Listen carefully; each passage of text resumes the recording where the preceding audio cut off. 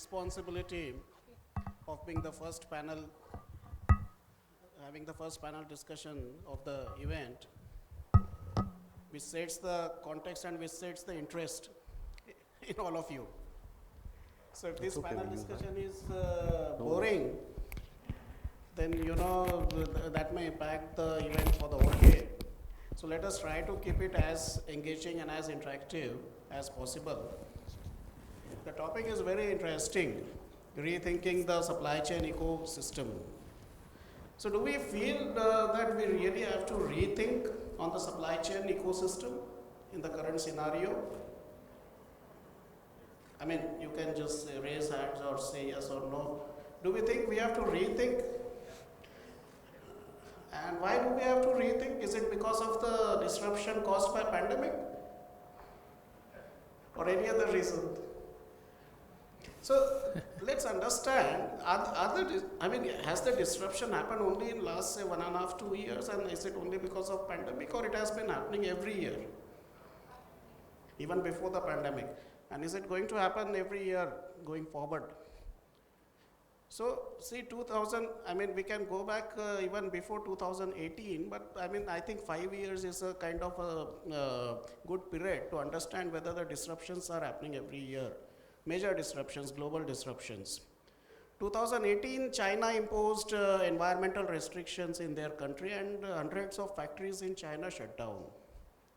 That impacted the raw material availability to many factories in India and all over the world, and many factories in India also suffered. Some of them shut down. That was the entire full year of 2018. 2019, there was a US-China trade war. So that created a lot of disruption. US stopped buying from China. China had surplus, and they started dumping that at throwaway price all over the world. So that impacted the sales of the organizations who were operating from India, or similarly other countries. That was a major disruption. Yes or no? Okay. 2020, we had the pandemic.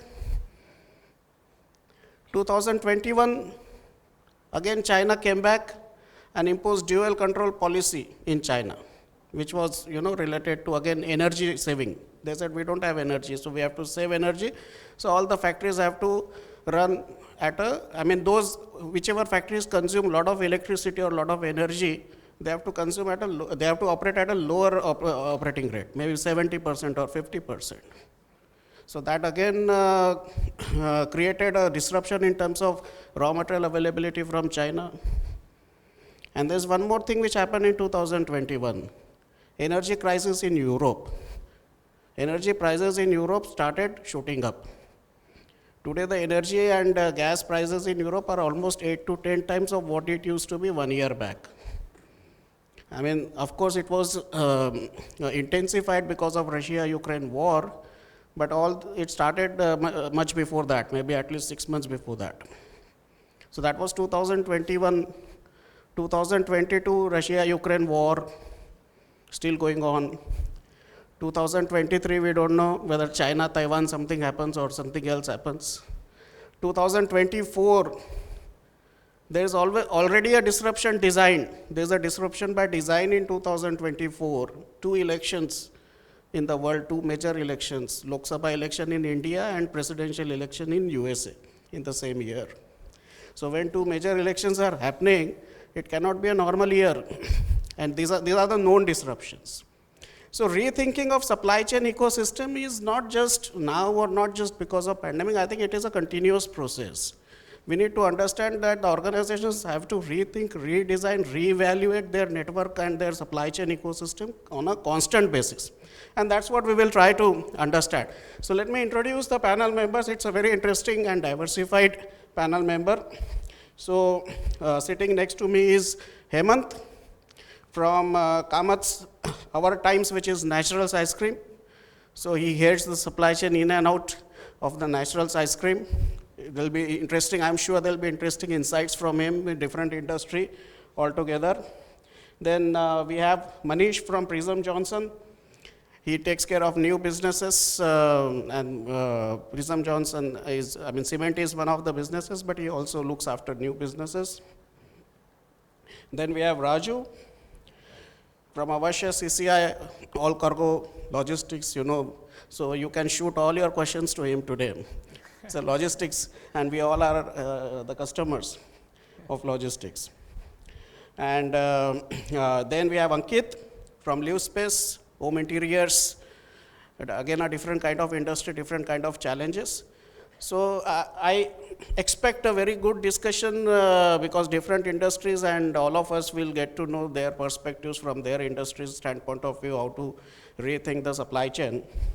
So maybe let us start with Manish, because construction sector particularly, there had been tremendous fluctuation in the demand, and the major challenge in the construction sector is the working capital inventory. So Manish, it will be really interesting to understand from you how the fluctuation, so much fluctuation in demand. I mean, suddenly people stop buying houses and then they start buying the houses, revenge buying, this, that. So the demand goes up, comes down, goes up, comes down. How do you manage the working capital and inventory? Yeah, so I think you have really set up the context quite beautifully. So what our organization has done, it's going to actually embark from 1st of July, that cutting across, departments and all, at an organization level, we are creating a BPR sort of a structure, business process re-engineering. So it is not going to only focus on, so of course supply chain is the backbone for the success of any organization, but it will look at the entire gamut of the processes. Because as Mahesh rightly said, that these disruptions are going to be, we have to take this as a way of life, and we have to create our organization processes and structure in such a way that it should have that resilience and flexibility to adapt to those changes very, very quickly. And I think at a overall, while I'll come to my organization on the working capital and things like that, but so at a process level, because sales also gets disrupted and supply chain is a result, this thing. So this is one which we have at an organization level. This thought is of our managing director, Mr. Vijay Agarwal. So he is actually leading this, and he has this thought to have this business process re-engineering created to look at all the organization processes.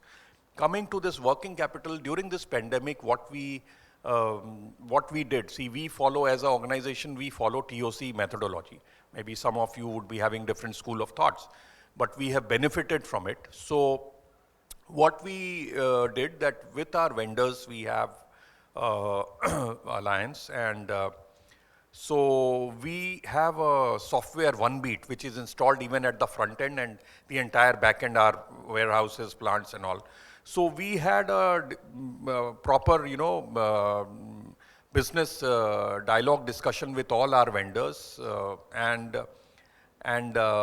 we actually increased our VMI, and it also helped. I mean, it was not only finished product, but also raw material. So the raw material was tracked to each of the SKUs. So accordingly, as per the market movement, we were able to give input to the vendors that, look, this is what is moving. So accordingly, they could procure the raw material. And getting the stuff to our warehouse or our location, we encourage them to invest in the inventory, both raw material and finished product. And to save the logistics cost, we moved the materials directly from the vendor plants to our location. So, I mean, we really, year to year, if you analyze, we saved 2% cost on freight, just out of this year. I mean, we didn't, despite diesel prices going up, all that, we were able to contain the cost escalation. And we saved, not only we remained at the same level, we saved, in fact. To a tune of few crore rupees we added to the bottom line. So I think on working capital, this was one strategy which was VMI, which worked for us. Mahesh. Fantastic. Yeah, fantastic, Manish. So, I mean, what I understand is the business process re-engineering started from the top, and when the top management is driving it, naturally the whole organization works towards that. That's an amazing thing in your organization.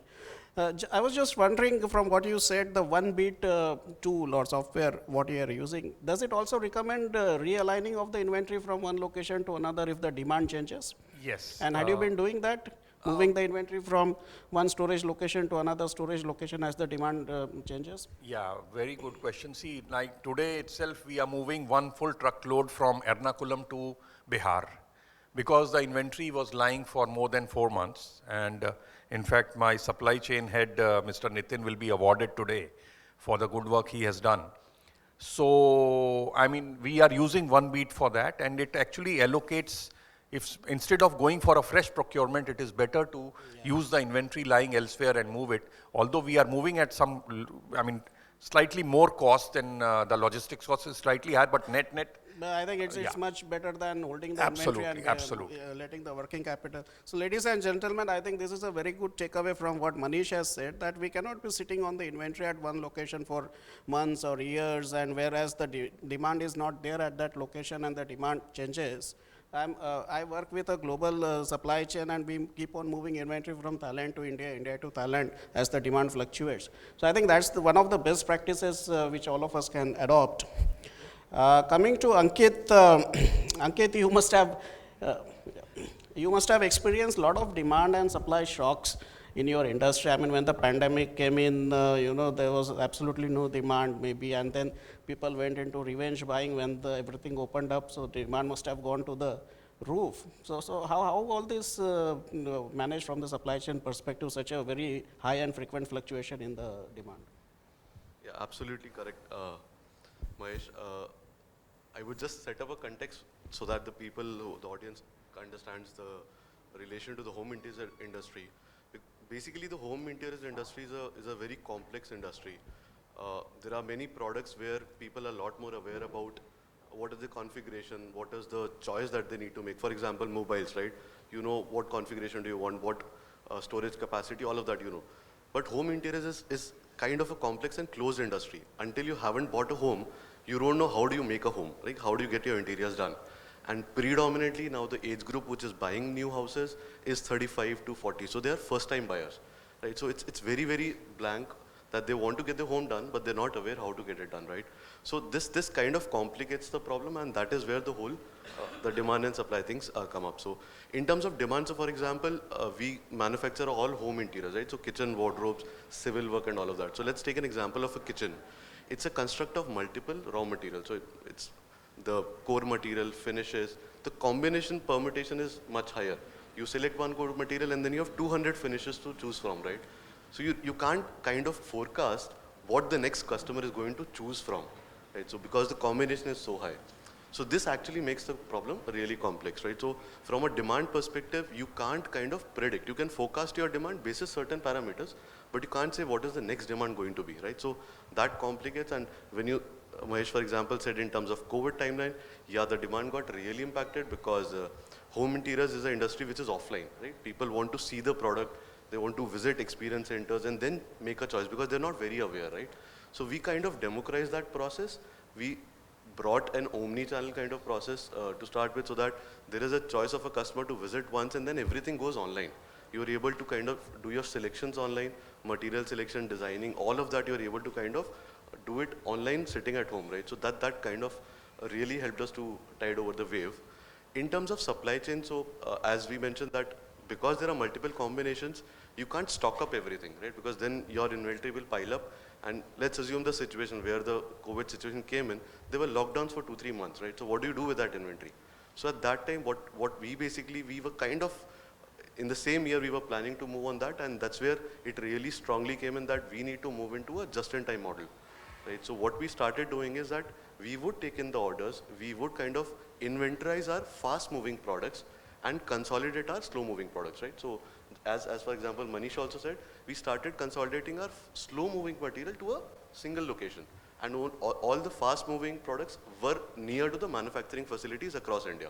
And so that really helped us to kind of better predict the next demand, and kind of wherever it was required for a slow-moving product to be moved in, we kind of moved on.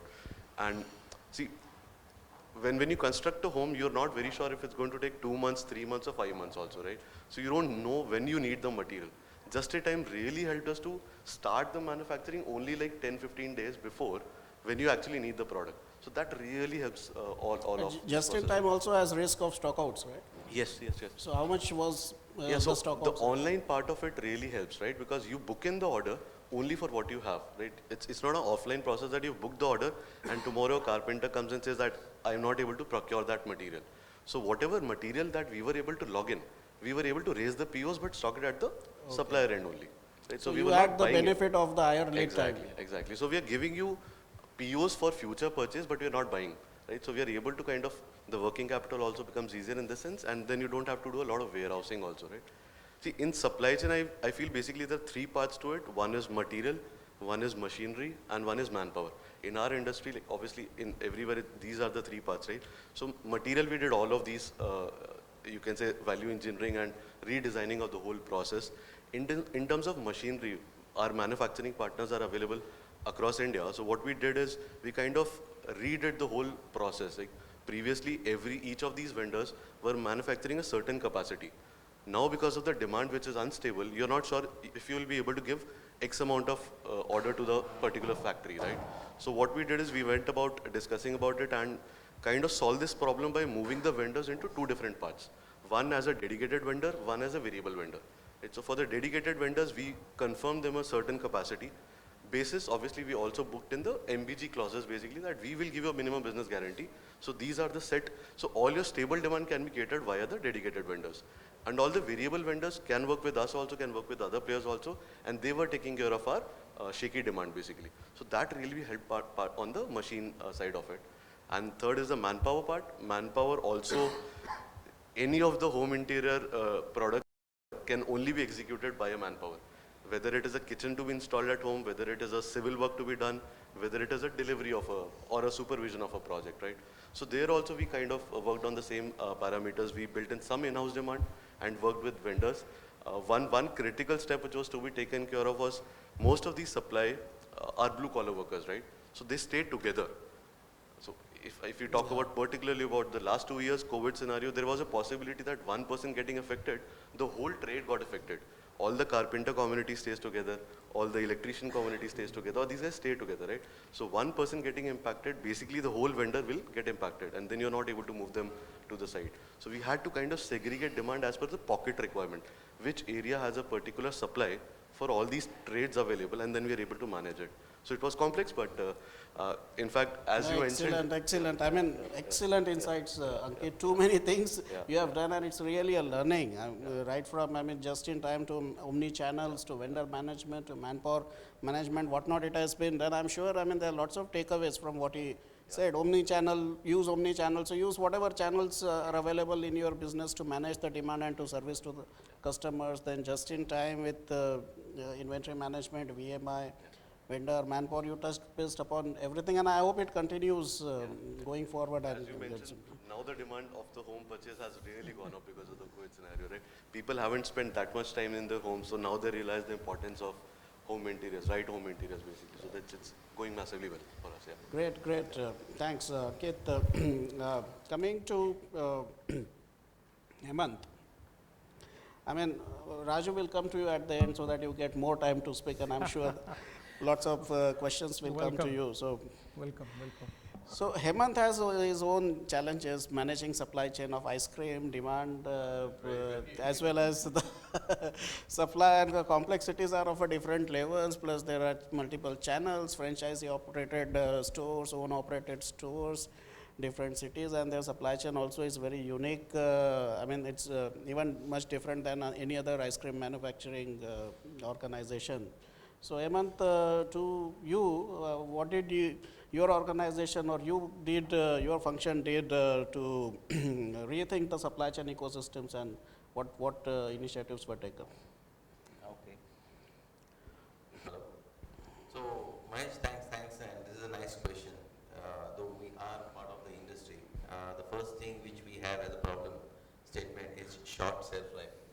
And number two, when I consider the business ethics part of it or prudent business practices, there are two things. When we have shorter supply chain or shelf life, my product was sitting at my warehouse at the same time, that is my cold storage, at the same time at my parlors also. And now suddenly on 23rd, we decided that everything is going into lockdown. And we have to rethink on two things. One, making sure that this whole milk, which is like fat, should not go into the channels or gutters and should not be a nightmare for the local municipal corporations. At the same time, that particular product cannot reach customer as well. So this particular part was never thought of, that calling back the product and disposing it in a right fashion has to be considered as one of the deliverables of supply chain. So that was the first thing which this pandemic brought to the table. And what we did is we almost consolidated more than 25 to 30 tons of ice cream from more than 10 states, brought it in Bombay and converted it to biogas so that at least environment is safe. So that was the first thing. So larger thing for the society, and we were not only customer focused or focused on profit, but it was more about society and our social responsibility part of it. So yeah, that brings us to the first statement, that whether we are supply chain or any other business unit or business function in the organization, first thing is we are serving to the society. Number two, when we talk about the whole supply chain gamut, the first thing is velocity. How quickly we can reach to the customer. At the same time, if we have to kind of backtrack and bring something back, that response time also has to be short. So for that, what we need is complete visibility. Do we have complete visibility? We are not that software focused or otherwise data focused company. So this particular phase told us that, okay, whether you have right tools or not, develop your own tools, but bring in complete visibility. So through those 3 months, we built up that particular tool internally so that the whole movement is visible to us. So traceability is something different. Traceability is something that this particular product is in the market and I'm responding to that complaint of customer, and that traceability is there. But visibility is where my product is, how it's moving. That complete visibility has been brought in. And the third thing is data. So we were using data very sparingly in terms of how much my sales is. That used to get defined by the orders that franchisee was placing on us. So now through pandemic, we developed our internal systems in such a fashion that my front counter sale actually is linked to my manufacturing. So when I am sitting on shorter shelf life product, frankly speaking, my milk procurement has to be exactly in the ratios of the sale. At the same time, my fruit. So we are basically a company who is delivering product only made of fruit, sugar and milk. We don't have stabilizers, we don't have emulsifier, and that's the reason I think we have that loyal customer base. So when we think of that commitment, then again fruit is something which is dependent on nature. At the same time, the fruit picker or prickers. So through pandemic, even that particular problem was there. So when I think of supply chain, the model, machine, man, or otherwise material, everything was like getting hit by either nature or otherwise this pandemic which was affecting my man or the movement of machinery. So whatever model was there, that cannot be fixated. So that variability has to be brought in. So visibility, velocity, quick to the customer, and vulnerability, that has to be really addressed by what kind of variety I can address through my solutions. So when this whole thing is done, now how to reach customer? So we were not dependent really on dark kitchens or aggregator concept earlier, though we started working with them almost since 2016-17. So Swiggy of the world, Zomatos of the world, we started working with them. But actually through the pandemic, our dependence on them has grown, and we even started working on dark kitchen concept as well. So that really started shifting our focus from completely experience-based model. So if you see our parlors, 2014 before they were like normal ice cream parlors, but 2014 and thereafter they became experiential centers. So you can go there. Each parlor has different set of interior, and so that's the experience where family can come, family can sit, enjoy the ambience, and have nice ice cream. But now it was more about product base and velocity, how quickly we can reach to the customer. So when customer thinks of our product, we have to be there. So from experience to the right time delivery at the store doorstep of customer, that's the complete thought shift that we had to bring in, making sure that whatever volume we are producing has to be consumed in a right fashion. So these all things are really helping us to retain and increase our market share. Fantastic, fantastic, Hemant. I mean, the major takeaway is you developed your own tool internally. I mean, some of the solutions providers may not like it if anyone is sitting here. But then, see, an organization like Naturals Ice Cream, you know, where I mean, a small organization who may or may not be able to afford very costly softwares which are available for visibility. Demand forecasting and tracking, traceability, developing their own tools. I think it's a big learning. I mean, all of us can think of that, whether some of you sitting there like it or not. But then I believe many things can be done on Excel, and digitization cannot be just for the sake of it. Whatever is comfortably being done on Excel, why to digitize it? And digitize it to get some value out of that. Like if you're being able to trace your products better, why not? Excellent. So coming to Raju, so Raju basically heads warehousing for all cargo, but we would request him to touch base a little bit on logistics also. So we know, I mean, the logistics organizations had their historical best profit during the pandemic, kind of a windfall, but I'm sure you must have faced your own challenges as a third-party service provider, and you might be still facing it. So it would be really interesting, Raju, to understand what kind of challenges the third-party service providers are still facing at the current scenario, and maybe if you can touch base little bit on logistics. I'm sure each one of us sitting here would like to know when is the freight situation globally is going to normalize in terms of availability as well as the price. Sure, and a very good morning to everyone out here. My name is V. Raju, and I'm the business head and senior vice president, logistics, contract logistics, and warehousing for All Cargo. All Cargo Group is the part of the Avvashya Group globally.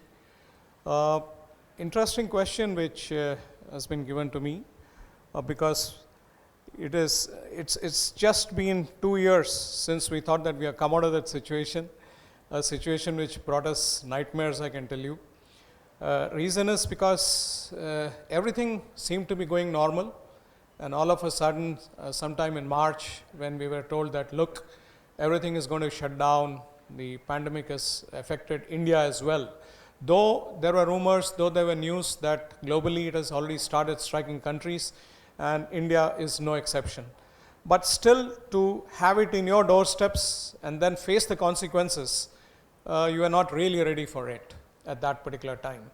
So for us, it was surprises galore because we operate nearly about 150 plus warehouses span India. And for some of the biggest names in the Fortune 500 list, we are the warehousing partners with them. Now you can imagine the situation when a customer is told that his warehouse is shut, he cannot move materials, because these customers are such that every day there is a moment of inward and outward and inventory adjustments to be done almost throughout 16 hours a day. So now when this scenario develops, whereby manpower is not available, your transportation trucks are not available, you do not know whether your container will reach the port on time, and whether even if it reaches on time, you will be able to manage delivery and take it out of the port. Now, what does the customer do? He just calls us up, he calls us, intimates that, look, I need to operate this particular warehouse in this particular location, would you be able to help us out? Now, luckily for many of the customers, we have a multiple warehouse at different locations operating for them. Because let's say in the north you have one base, in the south you have another base, in the west you have another base, and in east you have another base. So the options available for us, which we discussed with them, was that can we source this material out of this particular warehouse, let's say in the east, though transportation cost may be slightly higher, but your production can still go on. Then how many containers can be moved out of the warehouse, of the ports? and when will they reach the locations, then whether the warehouses themselves will work, whether the sufficient manpower will be made available, all these different decisions need to be taken, and for that you needed some decision makers to be also be present at site. Because normally during such a pandemic, people are engrossed with many responsibilities, and in a logistics company, each man is always busy, believe me. Something or the other keeps cropping up, and you have to ensure that the customer is satisfied at all times, at all locations, because decisions are to be made quick. This was the time when the top management really proved its mettle along with people down the line. We established something called as the control tower. And this control tower, the concept of control tower, the importance of control tower came up only during this testing period. This was a tower, this was an office, this was a location where people from different verticals, different departments merged into one and empowered the top of management to take any decision that they would like to, even though it meant that you had to spend extra, you had to take some concrete, important, immediate decisions, on the spot decisions. Leadership proved its mettle. The first and the foremost was we provided accommodation to all the laborers and the supervisors wherever possible. Even conference rooms were converted into accommodation for them, temporary accommodation, just to tide over this problem. We made arrangements for cooks, for our pantries to keep working, to provide them with bare material, with bare food arrangements for them. Then the transport arrangements for them. We arranged for pickups for the labor so that a minimum number of warehouses could operate and provide the urgent material to be delivered or taken in and work during restricted hours. All these decisions had to be taken then and there and very fast. Flexibility was the name of the game. Strategic importance was attached every time only to customer orientation. Customer requirements were on top of our decisions, and we ensured even at the port 700 to 800 containers were stuck up, which means 20 pallets per container. We moved around 14 to 15,000 pallets to different warehouses, even though a particular warehouse was not belonging to X customer, but we managed to move it just to provide him temporary accommodation for his cargo, saved demurrage for the customer. And believe me friends, everything revolved around leadership, the ability to take quick decisions, the ability to spend money then and there, because many decisions involved a lot of capital, working capital required, and a team working, the coordination and the communication more than anything else. That's how All Cargo survived, was appreciated, and in many of the forums, All Cargo was able to win prestigious awards for the work that we exhibited during this pandemic. However, going forward, the question Mahesh raised was, what's going to be the future like?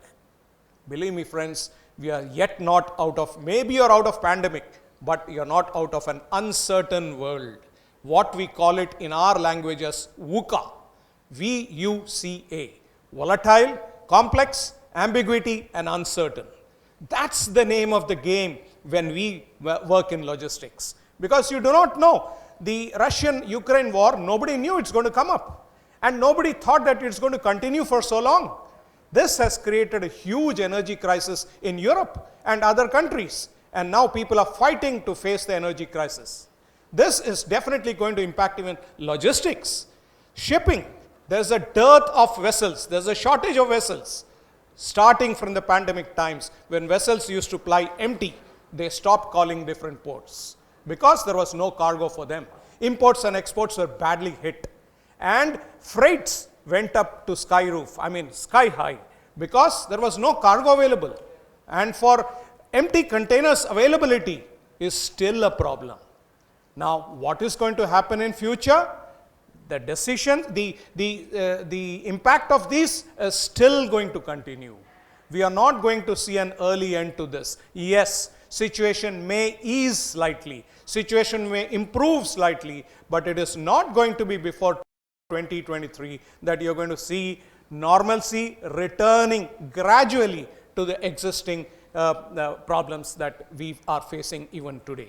So shipping and freight is always going to be a challenge, and hence what the customers do today is have spillovers, import more in quantity than what they need. And also the biggest lesson learnt by the customers is localization is always beneficial than globalization, because globally countries were hit and you could not get imports, whereas if you depended on local markets, you could still, it was possible for GIT and the companies to keep running even though at a lower levels. So these are some of the hard lessons that we have taken. Earlier, the warehouses used to be in consumption centers, but now they have realized that it is better to spread warehouses to your own customer markets rather than have only at certain regions.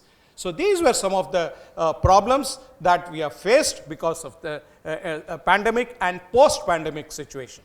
Thank you.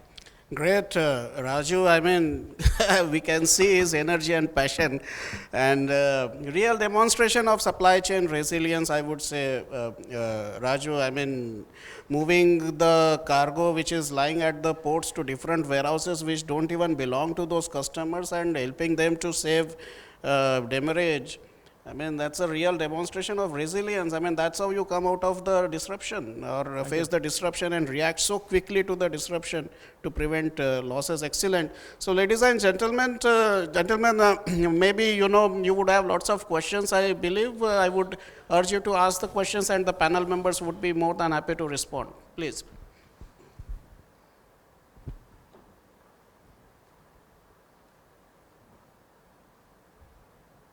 Yes, please. Take a mic from here. Yeah.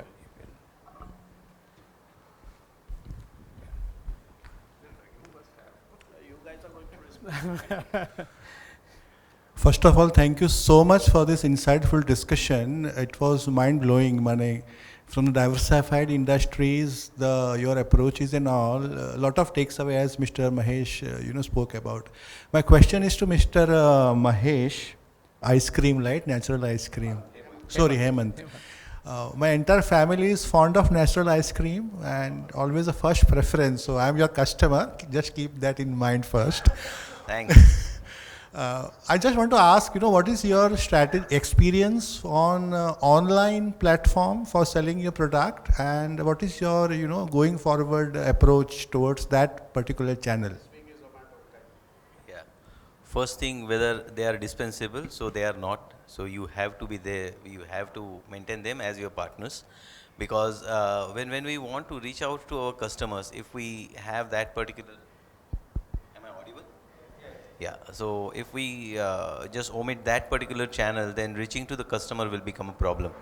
Number two, nowadays if you see the customer reach means where customer starts finding you, maybe in nearby locality, but through internet. So they are just finding out who is close by, and if you are not there on that software platform, maybe you are the second choice and the first choice becomes someone else. So for that particular moment where really a customer wants me to be on his platter, I have to use any of the channel which is available to me, and the cheapest and aggregated channel which multiple users are using, and I can really minimize my cost by using them, is these kind of aggregators or delivery models. So definitely that's one thing. Second thing is the quality of delivery. So there are a few things which we need to understand. These delivery boys or otherwise channels are delivering hot, cold food, everything in single vehicle or a single system. So that is particular thing which as business partners they need to address, and they are finding that as an opportunity area as well. So definitely they are working on that. So that is second thing. When it comes to dark kitchen, that's a complete different concept, because there you need to have visibility. As I was saying, we now have a complete visibility on our own platforms, that is our franchisee outlets. So we have our checkwares and other things which can confirm that what's the stock shelf life and what is the date of manufacturing expiry and all. Whether we can do it with the dark kitchens, yes, we are developing models for that also. And even dark kitchens like Reveal, they are also working on those concepts. So frankly speaking, there are delivery partners, there are storage partners, and there are partners who are not seen to your eyes. They are selling under the same parlor name, same location name, but it is going through the different channel. So yeah, they will be a part of reality soon. We need to accept. I hope that answers the. Any other questions? Yeah, thank you. Maybe, yeah. The bell has rung, so maybe one more question, maybe two more questions. This is for Mr. Raju. Good morning, this is Ram Chaudhary from Manowar Warehouse Technologies. We do racking solutions in fact, we do something for you also. So, Mr. Raju, since all this has happened in the last 2-3 years, what is now the next plans for Avvashya CCI to actually solve this issue in the shorter term and the longer term? Or like getting more, increasing your footprint in more warehouses, or what is the infrastructure, what you're planning about for the next few years? Any plans? Is working? Is it audible? We'll have to bring it closer to you. Any plans which have to be done bilaterally. One is from our side, the other is from the customer's preferences and choices. This project has already been embarked by us. Towards that, we have been meeting different customers, having reviews about different scenarios and situations, having learned a lot of lessons from the pandemic, both of us. So one is we are expanding our footprint, as you rightly said. We have gone on projects of about 20 lakh square feet of warehousing space in the north, about 25 lakhs of warehousing space in the south, and about 10 lakh square feet of space in the east, including Assam and Orissa. So that is one. The second is digitization. We are embarking on that in a huge manner. We have learnt how advantageous it can be even when manpower and our labor strength, etc. is not available. Second is technologically equip the warehouse much more, whereby you can have automatic storage and retrieval systems and robotic elements starting to come in. So these are some of the areas where we have already embarked, and then we are also looking, of course, at a far-fetched thinking, but have some accommodation of people nearby the warehouses so that as and when people are required, even in emergencies, have them. And then, of course, the control tower concept, which has come to stay with us. So I wanted to ask, is the industry, including all logistics, ready to spend on ASRS systems, which are supposed to be more expensive systems? If you ask a customer, he'll say no. But there has to be, even today, that is another forum which I have been addressing, whereby everyone says that they want high technique, they want high quality, everything done, all good in forums and sessions, but when it comes to actual, when you sit across them, across their procurement manager, across face to face, it's only for the lowest, the L1 that qualifies. He will say that I don't need this, I don't need this, I don't need this. Ultimately, the cost will come down to 50%. So basically, it's a mix of the two, and that is what we logistics managers are there for. Thank you. Thank you very much. Very few third-party service providers you won't see having ASRS in their warehouses. It's normally the organizations. But if you're doing it... No, Mahesh, we are doing it, and we have ASRS installed in 3 to 4 warehouses that we have, which are very high-tech, including orbiter systems, which work on remote controls. So they are good with big, large MNCs who really go for it. Yeah, maybe the last question from... You have some question, right? Or you have asked it? Okay. Okay, maybe the last question. Do we have time for one question? Yeah. And then you can take it offline. Good morning all. This is Kunal from Sapphire Warehousing. My question is to Mr. Raju once again actually. So fuel is the basic element and the basic expenditure in any logistics. So do you have any future plans to having a hybrid use of diesel plus any biogas or solar for your logistics purpose to reduce the cost on the logistics? At the moment, no, because we are focusing more on solar panels as part of the sustainable energy. We already have done some of our warehousing on solar panels, but the use of other elements, not yet in the plans. But yes, there can always be certain changes that happen while the planning goes on, because the amount of warehouses which we are building now is pretty huge. We are talking in terms of 50 lakhs, 60 lakhs square feet of warehousing space at pan-India locations. And we have a separate reality department who focuses on all this, because converting the huge land banks that we have into warehouses is something what we have talked about. And especially with the e-commerce progressing the way it is, they always look out for a warehouse of 10 lakhs and 20 lakhs. And that is what we really look out for. Yeah, I think he's more about asking about the green initiatives in logistics. I'm actually asking about the transport, Yeah, the more use of green renewable energy and initiatives transportation. About the transportation, Yes. the plans are on. We have another vertical called Gati, which is into transportation mode and catering to e-commerce industry. So yes, they are thinking on those lines. All the modernization ways and means are into thought process. So when it happens, I mean, when the fuel is available, I'm sure everyone will use it. You're talking about green fuel usage from the That's right. sustainability and green That's initiative. See, I mean, I'll just add in few seconds to that. See, when we are talking, whenever we talk about any green initiatives, we talk about innovations. I mean, some alternate fuel, some kind of innovation, electrical vehicles, and it will take years, so we don't have to do anything today. So my take is, are we measuring our logistics carbon footprint? At least start measuring it and have actions to improve it. So thank you, ladies and gentlemen. We have 2 rings, and I think we should end it here. Thank you. You have been very much interactive. Thank you so much. Thank you to all the esteemed speakers and our moderator for keeping this first panel so interesting and interactive. And also to Mr. Hemant, it was so grateful to know that during the pandemic time and everybody was so depressed around the world, and you have been able to deliver 30 tons of ice cream from your supply chain. It was really a great. And ice cream is something which gives a smile on any age group, like from the elders to oldies to kids. Like, it was really a wonderful to know that. So. Just a correction. It was not delivered to the customer, because at that time, ice creams were not being, yeah. coming to that category. Right. It was collected back and responsibly degraded and disposed through the eco channel, so that biogas can be retrieved out of it, and it doesn't go into any kind of municipal corporations. Okay, all right. So it was really a wonderful job on that. All right, so with this note, I would request to felicitate all our esteemed speaker and moderator. I request Mr. Marshall Michael, Head West Let's Transport, to come up on stage and felicitate our speakers and the moderator.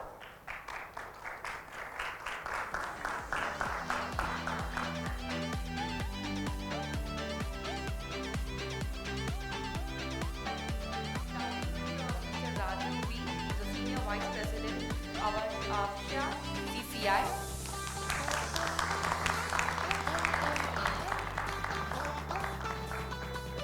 Mr. Hemant Naik, Head Supply Chain Management, Kamath Ourtimes Ice Cream. Mr. Ankit Thakral, COO Lifespace Select.